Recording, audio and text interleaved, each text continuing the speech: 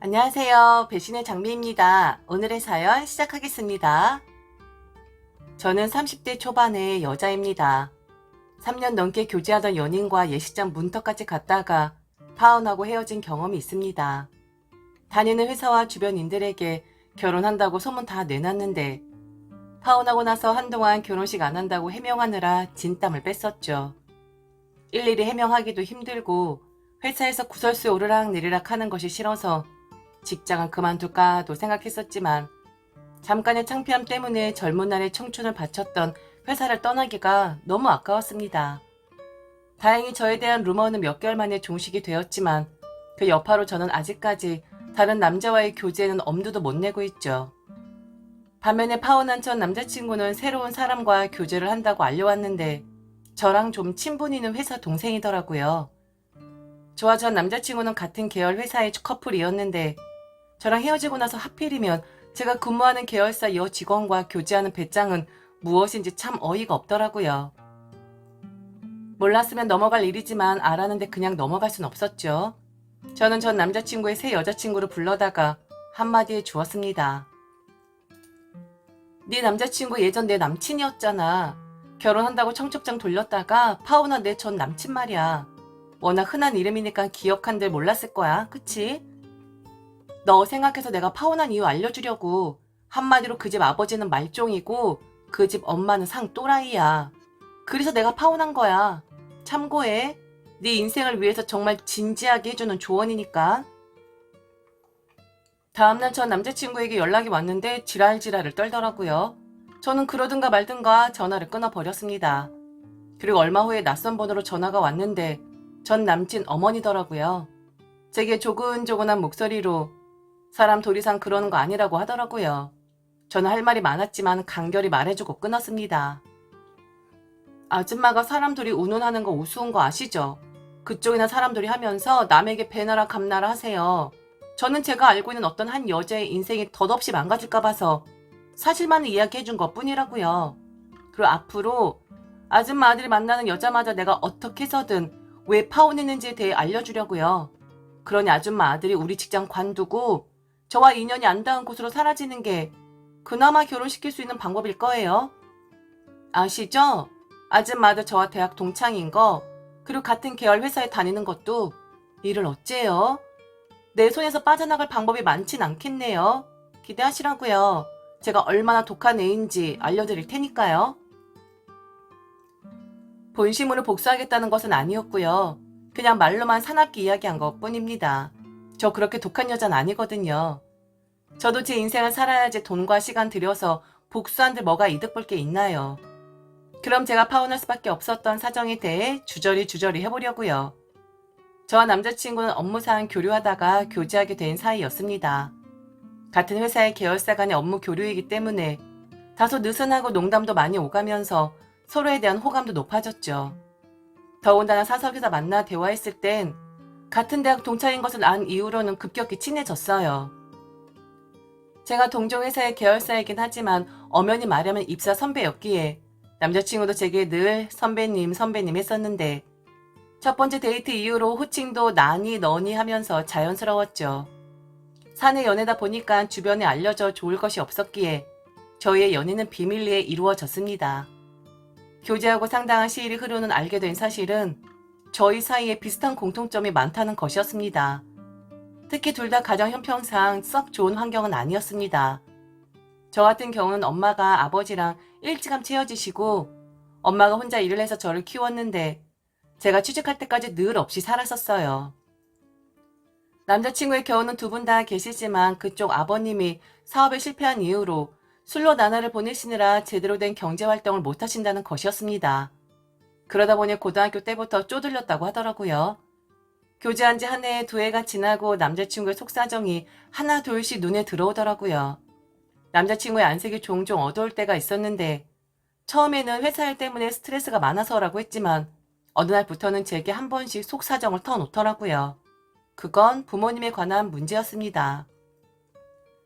남자친구는 늘 제게 집에 들어가고 싶지 않다면서 저와 같이 시간을 보내자고 하는 경우가 많았습니다. 그리고 교제한 지 1년이 지났을 무렵에는 독립하고 싶다고, 결혼식은 나중에 올리더라도 같이 살자고도 했었죠. 저는 혼자 있는 엄마가 걱정되기도 하고 싸구려 같은 여자로 보이기 싫었기 때문에 늘 거절하는데 진땀을 빼야 했었습니다. 그런데 어느 날은 자기가 왜 그렇게 집에 들어가기 싫어하는지, 그리고 왜 늘 안색이 어두운지에 대해 말을 하더라고요. 단도직입적으로 자기는 아버지가 싫다는 것이었습니다. 남자친구의 아버지는 허구한 날 술과 도박을 했는데 자기의 기억으로는 돈을 따서 들어온 적이 한 번도 없다고 하더라고요. 그러면서 있는 돈 없는 돈 다 털어먹고 아버지와 엄마 명의로 늘 돌려막기 대출을 시행하고 그 뒷감당을 자신이 다 한다는 것이었습니다. 그러면서 아버지는 정신을 차릴 사람이 아니라면서 자신의 엄마가 차라리 아버지랑 이혼했으면 좋겠다고 서슴없이 말하더라고요. 아버지란 존재를 모르고 자랐던 제 입장에서는 처음엔 그마저도 부러웠습니다. 그래서 부모님인데 어쩌겠냐며 화를 가라앉히고 현명하게 대처하라고 말해주곤 했죠. 그때마다 남자친구는 앞으로는 집에 휘둘리지 않고 독하게 살 거라면서 우리의 결혼 준비를 위해 집에 돈은 그만 낭비할 거라고 말했습니다. 하지만 그게 되나요? 남자친구는 교제하는 내내 자신의 집안 경제를 책임져야 했죠. 하루는 남자친구랑 데이트를 하고 있는데 남자친구의 어머니에게 전화가 왔습니다. 아버지가 사고친 것 같으니 100만 원만 마련해서 당장 보내라고 하더라고요. 그 모습을 보고 저는 또 왜 그러냐고 물었고 남자친구는 아버지가 사고친 것 같은데 파출소에 가 있다고 100만 원을 보내야 상대방에서 합의를 본다고 했다고 하더라고요. 저는 남자친구에게 어서 가보라고 했지만 그는 돈만 보내주면 된다고 폰뱅킹을 시도했는데 당장 30만 원이 모자라다면서 월급날 줄 테니 보태달라고 하더군요. 그게 처음이었습니다. 그 이후로 조금씩 소액을 제게 빌리더라고요. 모두 집에 보낸다는 이유에서였죠. 그래도 제 돈을 떼먹는 사람은 아니었어요. 월급날이 되면 어김없이 빌린 돈을 제게 바로 붙이곤 했었죠. 상황이 그러하다 보니 거의 대부분의 데이트 비용은 제가 냈습니다. 저는 남자친구를 진심으로 좋아했고 형편이 어려운 남자친구 대신에 제가 돈을 쓰는 게 맞다고 생각했었거든요. 그리고 언젠간 좋아질 날이 오겠거니 생각하고 긍정적으로 생각했습니다. 저나 남자친구나 둘이 미래를 약속한 사이였기에 가능한 일이었어요. 남자친구가 부모님 때문에 경제적으로 허덕이긴 해도 분명 능력은 있는 사람이었거든요. 일처리도 깔끔하고 성격도 시원시원하고 괜찮아서 선후배 사이에서도 평판은 나쁘지 않았습니다. 그리고 항상 자기 개발을 하기 위해서 노력하는 사람이었죠. 집안 형편은 좋지 못했지만 남자친구의 미래를 보고 저는 올인할 생각이었어요. 그리고 마침내 결혼을 결심하고 추진하기로 했죠. 남자친구도 진짜 결혼하면 가정에만 충실하기로 약속했습니다. 다만 딱 한 가지는 부탁하더라고요. 그건 바로 자신의 어머니였습니다. 우리 엄마 되게 불쌍한 사람이거든. 평생 아버지 성격 맞추고 사고친 거 뒷수발 하느라 웃는 날 별로 없었어도 오직 나 하나 보고 본인 삶 다 포기하고 아버지랑 여태껏 사시는 거야. 아비 없는 자식 만들기 싫다면서 가정을 지키려고 했던 거거든. 우리 엄마한테 정말 나 하나밖에 없어. 워낙에 마음씨 고운 사람이라서 아마 결혼하면 자기에게 잘해줄 거야. 모르긴 몰라도 다른 시어머니랑은 완전 다를걸. 나밖에 모르는 사람이 며느리를 얼마나 애지중지하겠어? 벌써부터 그래. 결혼식 하게 되면 며느리에게 선물 하나 해야 하는데 뭐가 좋을까 하고 맨날 고민하신다니까. 진짜 내가 장담하는데 우리 엄만 자기가 생각하는 그런 시어머니 진짜 아니야. 그러니까 불쌍한 우리 엄마 자기가 나중에 잘 좀 해줘. 내가 바라는 건 그것뿐이야. 대신 아버지는 전혀 신경 안 써도 돼. 남자친구가 자신의 어머니를 생각하는 마음이 느껴지더라고요. 저도 엄마에 대해서는 늘 감정이 짠했기 때문에 충분히 이해할 수 있었습니다. 저도 남자친구에게 시어머니에게 잘할 테니 걱정 붙들어 매라고 말했죠. 양가에 인사드리러 가기도 전이었었는데 저와 남자친구는 결혼식 준비에 상당 부분 의견을 통일했습니다. 다만 남자친구는 어차피 자신의 집에서 경제적 도움을 받을 수 없는 처지이니 여기저기서 대출을 받아 1억을 준비하겠다고 하더라고요. 그러면서 자기가 열심히 해서 능력 있는 사람이 될 테니 미래를 보고 이해해달라고 부탁까지 했습니다. 이미 남자친구는 집 사정도 다 알고 있고 남자친구의 현재보다는 미래를 보고 결혼하려는 것이었으니 당연히 감수할 일이었죠. 그렇게 결혼식 돈 마련과 어떻게 사용할 건지 하나씩 남자친구랑 준비하고 있던 때였어요. 난데없이 남자친구의 아버지란 분에게 전화가 왔습니다. 정말 놀랐죠. 남자친구에게는 그의 아버지에게서 연락이 올 거라는 말을 들은 바 없었거든요. 남자친구 아버지는 남자친구가 결혼하겠다고 선언한 이후로 저에 대해 무척이나 궁금했다고 하더라고요. 그래서 우연하게 저의 연락처를 알게 되었고 연락하게 되었다면서 저녁 때 잠깐 보자고 했습니다.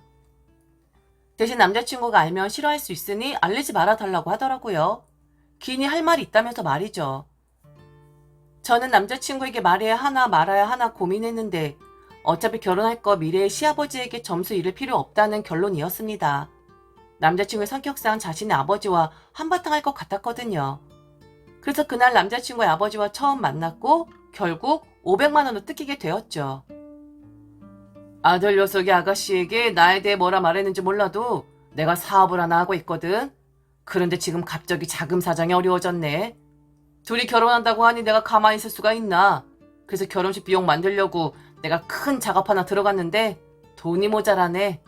그래서 말인데 아가씨 1,000만 원 정도 여유가 있으면 투자하라고. 내가 단기간에 몇 배로 불려줄게. 그게 어려우면 한 500만 원은 안 되겠나? 그리고 아들 녀석 돈에 대해 워낙에 예민한 거 아가씨도 알고 있지? 빌려주기 어려우면 그냥 어렵다고 말해. 괜히 아가씨 때문에 아들 녀석과 척을지긴 싫거든. 남자친구 아버지는 남자친구랑 매우 흡사해서 첫 인상은 나쁘지 않았습니다. 나이 또한 젊어 보였고 옷차림도 깔끔했죠. 남자친구가 종종 말하던 아버지의 모습과는 다른 편이었어요. 저는 여윳돈이 있었지만 500만 원 정도는 해드릴 수 있겠다고 말하고 바로 이체해 주었습니다. 왜 그런 거 있잖아요. 돈을 주고도 뭔가 했다는 느낌에 뿌듯하고 기분이 좋은 거요. 딱 그랬습니다. 예비시댁에 뭔가를 도움 준 것 같고 남자친구의 부담을 덜어준 것 같고 그랬습니다. 그래서 예비 시아버지와 저만 아는 비밀로 하고 돈을 주었습니다. 그리고 제발 예비 시아버지가 하시는 일이 잘 되기를 빌었죠. 그 이후로 한 달쯤 후 저는 남자친구의 부모님께 인사를 가게 되었습니다. 긴장되더라고요. 특히 남자친구가 늘 입버릇처럼 말한 그의 인자하고 마음이 비단결 같다는 어머니를 만난다는 기대감이 있었습니다. 저는 정말 결혼하면 시어머니랑 잘 지내고 싶었거든요. 인사를 갖고 남자친구의 부모님을 뵙게 되었죠. 집은 매우 오래된 건물의 빌라였고 작았는데 내부는 깔끔하더라고요. 제가 간다고 하니 정리를 말끔히 해놓은 듯 싶었습니다. 인사 가서 우선 차를 한잔 마시고 이런저런 이야기를 했습니다. 주로 남자친구 어머니가 물어보고 제가 대답을 하는 형식이었죠. 간단하게 첫인사를 마치고 저녁밥을 먹을 때였습니다. 주방에서 식사 차리는 것을 도와드리고 있는데 남자친구 어머니가 제게 그러더군요. 아버지 없는 거 치곤 반듯하네. 난 또 아버지 없이 자라서 못하거나 싹수가 없거나 그럴 줄 알았어. 내 아들에게서 우리 집 사정을 얼마나 들었는지 모르겠는데 나는 오직 우리 아들을 위해서 희생한 사람이거든. 어쨌거나 가정 지키기 위해서 남편 붙잡아보고자 애썼고 결국 가정도 지키고 내 아들도 반듯하게 키웠지 뭐야.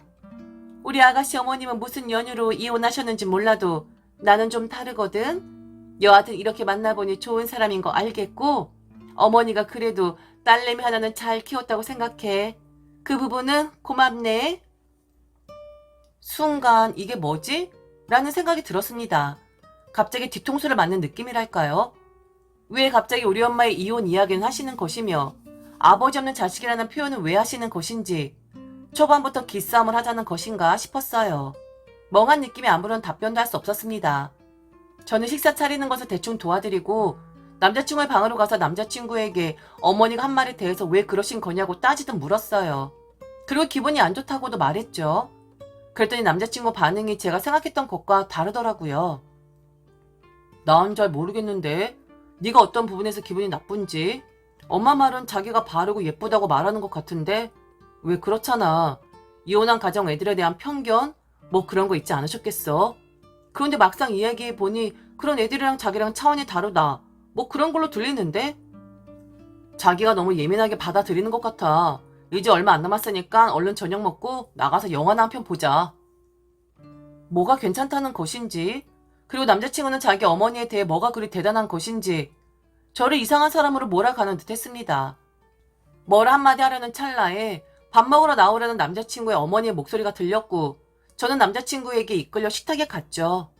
아무 말 안 하고 밥을 먹는 둥 마는 둥 하는데 남자친구 아버지가 제 먹는 모습을 보더니 남자친구 어머니에게 한 소리 하더라고요. 반찬 입에 안 맞나 본데 신경 좀 쓰지 그랬냐고 갑자기 타박을 하는 것이었습니다.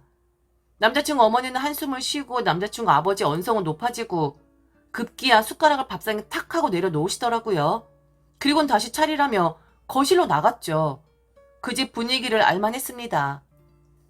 다들 식탁에서 아무런 말도 없었고 남자친구 어머니는 저를 째려보시더니 뭐를 해줘야 밥을 복스럽게 먹을 수 있는지 물어보시더군요.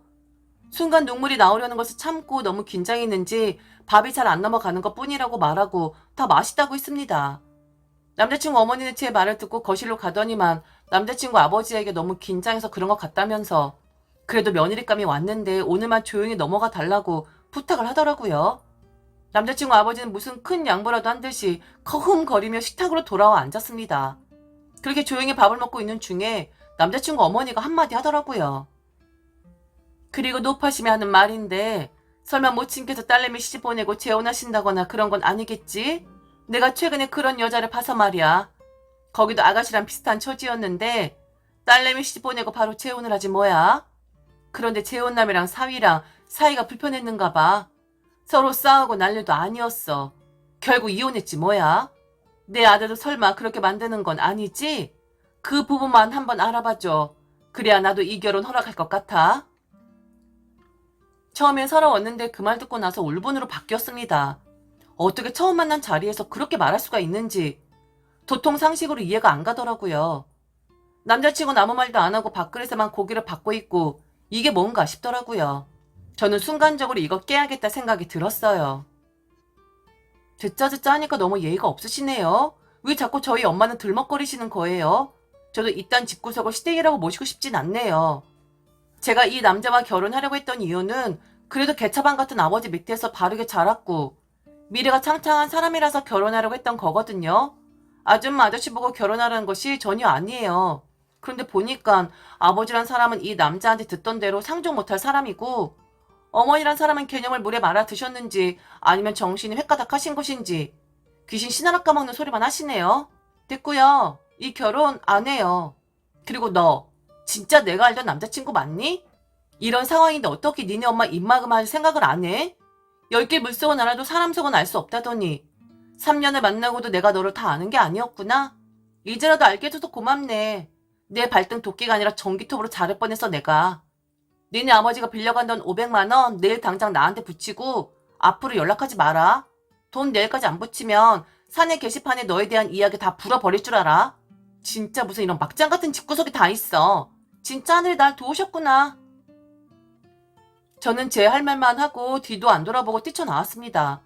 남자친구는 저를 달래느라 같이 뛰쳐나왔고 남자친구 아버지가 물건 부수는 소리가 들리더라고요. 그러면서 이 옆편네 저 옆편네 하면서 대판 싸우는 소리가 들렸습니다. 저는 남자친구 이야기에 귀를 막았고 바로 택시 잡아타고 집으로 돌아왔어요. 그리고 엄마에게 그날 있었던 일에 대해서 말하니 그놈의 집구석을 찾아가서 한바탕 해야겠다며 울분을 토하시더라고요. 그거 말리느라고 정신이 없었네요. 그 뒤로 남자친구는 저를 수십 번이나 찾아왔지만 저는 대꾸도 안 했어요. 다만 돈이나 빨리 붙이라고 신경질을 냈죠. 그런데 남자친구 뻔뻔하게도 그러더라고요. 그거 내 마음고생에 대한 위자료로 생각할게. 솔직히 이 결혼 파토 낸 거 너잖아. 지나가는 사람들 붙잡고 물어봐라. 이게 파혼사유가 되는지. 그러지 말고 결혼하고 나서 너는 우리 집에 절대 안 와도 돼. 그 부분은 우리 부모님도 오케이 했어. 그러니까 제발 한 번만 화 풀고 봐줘라. 내가 평생 더 잘할게. 이런 또라이를 봤을까 싶네요. 위자료를 받으려면 제가 받아야지 왜 남자친구가 받아야 한다고 하는지 일반인의 상식을 뛰어넘는 헛소리를 하더라고요. 생전 처음 남자에게 뺨따구로 날리는 기행을 저질러 보았습니다. 그래? 어디 사람들에게 물어보자. 내가 이상한 건지 니네가 미친 건지. 내일 아침 회사 게시판에 찬반글 올릴 테니까 좋아요 숫자로 한번 가려보자고. 내가 지면 그 돈 500만 원 너 먹고 떨어져. 그럼 됐지. 야, 남자가 창피한 줄이나 알아라. 변명하지 말고 깔끔하게 헤어지자고. 진짜 지분거리지 말고. 남자친구는 당장 돈 보내겠다면서 제발 회사 게시판에 올리지 말아달라고 애걸복걸 하더라고요. 진짜 생각 같아서는 이판사판 너 죽고 나 죽자 하고 싶었는데 이런 남자랑 연애했다는 게 너무 자존심 상하고 창피해서 접었습니다. 그렇게 우리는 파혼을 했고 3년의 달콤한 추억을 일주일 만에 떠올리기도 싫은 더러운 기억으로 바꾸게 되었죠. 그때 일만 생각하면 진짜 아직도 헛구역질이 날 만큼 끔찍합니다. 예비 시어머니고 예비 시아버지라고 하더라도 최소한으로 지켜야 할 예의가 있는 거 아닌가요? 시댁이 무슨 벼슬도 아니고 하마터면 제 인생 망칠 뻔했다고 생각하니 온몸에 소름이 돋습니다. 언제 기회가 올지 모르겠지만 앞으로 연애할 때 상대방 집안에 대해서는 진짜 확실하게 검증해야겠다는 생각이 드네요. 지금까지 들어줘서 진심으로 감사합니다. 이상 배신의 장미였습니다.